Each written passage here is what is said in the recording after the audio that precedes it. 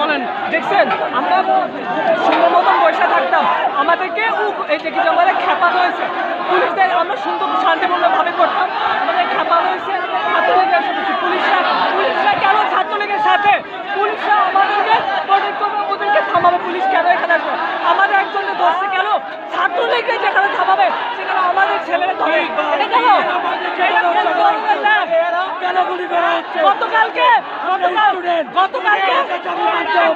গতকাল ঢাকা বিশ্ববিদ্যালয়ের ভিতরে ইচ্ছামতো পুলিশ নামাচ্ছে, বাইরে শাহবাগিতে ইস্যুতে পুলিশরা বাইরে পাহারা দিতেছে।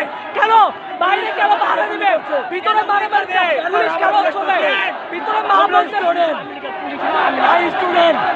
ভিতরে ভিতরে মাহবুবকে মারতেছে আর পুলিশ বাইরে পাহারা দিচ্ছে। ঢাকা বিশ্ববিদ্যালয়ে জাহাঙ্গীরনগরে আছে, সব জায়গায় মারতেছে। আমরা চাই এটা সুষ্ঠু বিচার হোক, কোটা সংস্কার হোক, একটা সলিউশনে